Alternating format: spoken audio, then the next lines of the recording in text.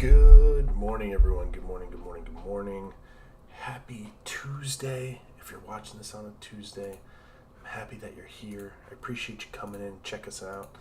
I got a few interesting requests when it came to hopping on today, so I'm very happy that I could do that. But if you struggle with the stream, we always add in those links so that you can go to one of the other platforms and have an enjoyable experience. If you're on LinkedIn, we get cut off at about the 10-minute mark traditionally, so hop on over to one of the other streams, add your questions in there if you would like to. I'm happy to talk to you on any of those platforms and discuss a little bit about what we're doing, what we're talking about, all that fun stuff. So with that, if this is your first time here, welcome. If it's not your first time here, welcome back.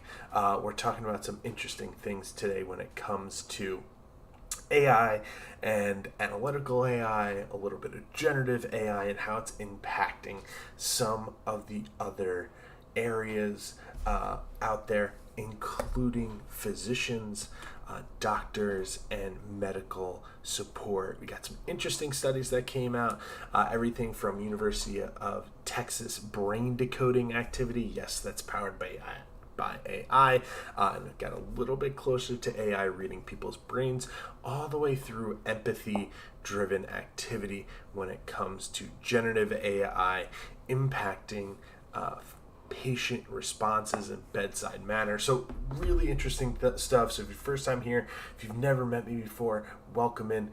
Number two, my name is Rob Petrosino. I'm a futurist, technologist, all-around great guy, and my job is to help educate you on what's happening in the market when it comes to emerging technologies, get you really comfortable, get you excited about what's going on so that you can go out and start advocating for the technology in your own life, but also within your organizations. Make sure you check out the socials below.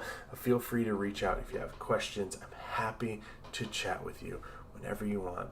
With that, though, we got to hop in to the screen share and start talking about some of these studies that just got released. So one of the things that I got asked recently was, why, Rob, don't you pull up the news articles? Why do you go directly to the studies? And it's because the studies are a little bit more objective. It's also direct source of information, and there's a little bit less spin. So we're going to talk about some of those today. We got a couple. I do the best I can to make sure that we have a wide range of content and different outlets, and if I can't get a study, I will pull up the best article that I can find. So the first one that we're going to talk about today is AI being able to accurately identify cancer. So this is not a new item. This is not new to anyone that's maybe heard me talk about analytical AI before, or just AI in general and its application to the medical industry. So recently, Institute of Cancer Research in London identified or used AI to identify abnormalities, cancer cells, cancer polyps, etc., in the lungs via CT scans. So what they did was pretty interesting. They basically said that they could fast track diagnosis for these, as well as prescribing better remedies for the cancer, because AI was able to quickly and efficiently identify abnormal growths. And that's pretty interesting, because what they're basically using is an algorithm here to define and analyze different types of growths that may happen on a CT scan.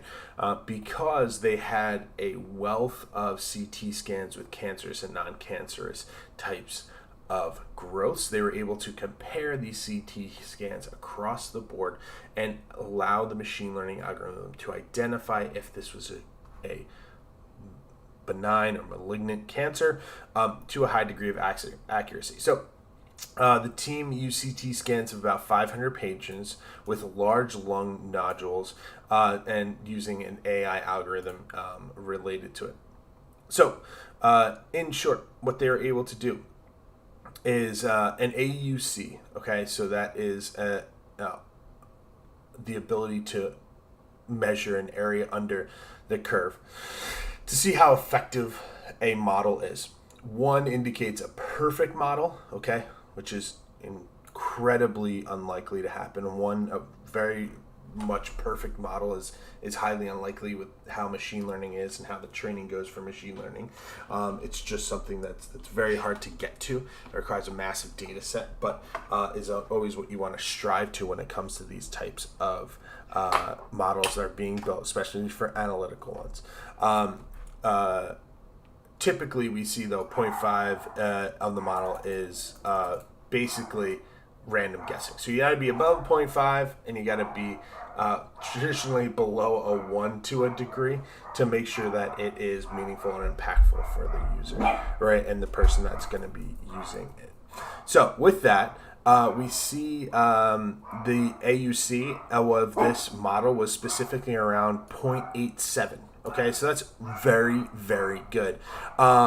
It's pretty impressive that they were able to drive this level of results down to the point of 18 out of 22 or 82% of the nodules that went on to be confirmed as cancerous according to the study. So really, really impressive when it comes to what they were able to do here, how they were able to use this tool to define those pieces of cancer cells within these CT scans. So really impressive. Analytical AI going in, searching a repository of content, scans, CT scans specifically, making sure that it was available and interested, and then aligned to what they were going to do anyway, which is test and biopsies as well.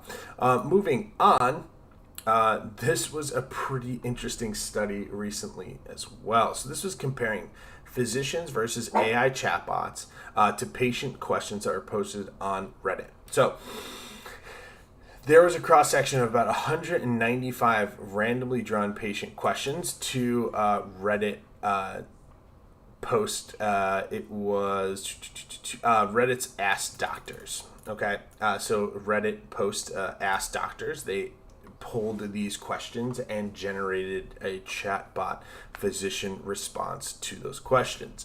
So out of the roughly 200 posts that were responded to, it was shown that patients and physicians who reviewed the medical response and who reviewed the AI response. All right, so the physician, a brand new physician group was brought in, and they did 585 evaluations of the AI responding and a doctor responding to patients on this Reddit forum. And it said that about 79%, 78.6% specifically, reviewed the responses that were written and said that the doctors liked the AI generated response better. Not only that, the AI generated response were longer and they were good to very good quality, which is about 3.6 times higher prevalence of very good responses and very good responses from the chatbot. So it's absolutely insane when we think about this. We're basically saying an AI chatbot with a large language model and generative AI is able to come in, review a post, generate an appropriate response with a higher level of empathy than actual doctors are able to do, which is massive shift when we think of how doctors are actually going to potentially move in the future and what this means for the long run of interactions between patients and doctors. But we take this and we extrapolate it a little bit wider, and we look at the idea that interactions between any customer and any patient, any customer, and any brand can potentially be increased when it comes to AI generative responses. They can be more empathetic. They have less likelihood of being tired or frustrated. The human on the other side who's writing these responses back may be at the end of their shift, right? They may not be getting the responses that they might not be writing the responses that they traditionally write in the beginning of their shift. So AI can actually facilitate that, and it's been shown here that they are highly effective. And when based upon human responses and AI responses, the AI responses clearly outperform them. So these are the types of things that we have to think of when we look at longer term implementations for artificial intelligence and what that means for some other organizations out there, whether you're in retail, manufacturing, B2B, or in the physician's world. Now, the last one is probably one of the most interesting. So University of Texas at Austin did a brain activity decoding study. This came out on May 1st, so just a couple days ago. And what they did was they used AI to monitor or review a patient's brain when they were shown photos and when they were spoken to. So they put patients inside of an MRI scanner, and they allowed the patients to be spoken to, and they tracked the blood flow in the brain when spoken to or shown a photo. Then they took that brain pattern, the blood flow of the brain, and pushed it into a large language model AI that said when these things are happening, it basically categorized them to say when blood's moving to this area, these are the types of responses and reactions. When blood's moving into this area, this is the types of responses and reactions. And one of the really interesting things was the actual stimulus you can see on this left-hand side, and the decoded stimulus, or what actually came out of the machine learning model, is on the far right-hand side. So what we see is there's three different levels here: exact, gist, or close, and then an error. So here's your actual stimulus, here's the decoded one, and you can see that it's actually very, very close to what was actually being done. Here's a fantastic video as well of it, and we'll play this through and we'll narrate over the top of it. So as they were spoken to, they were able to see what was actually done, and there's a quick example of it. But we start to trade stories about our lives. We're both from up north. We're starting to talk about our experiences in an area he was born in. I was from the north. So you can see that the chat bot is able to generate what the brain's reception is actually taking in. So this is absolutely incredible. This is quite literally AI reading people's brains, just based on zero input beyond what the brain was actually providing when it comes to blood flow.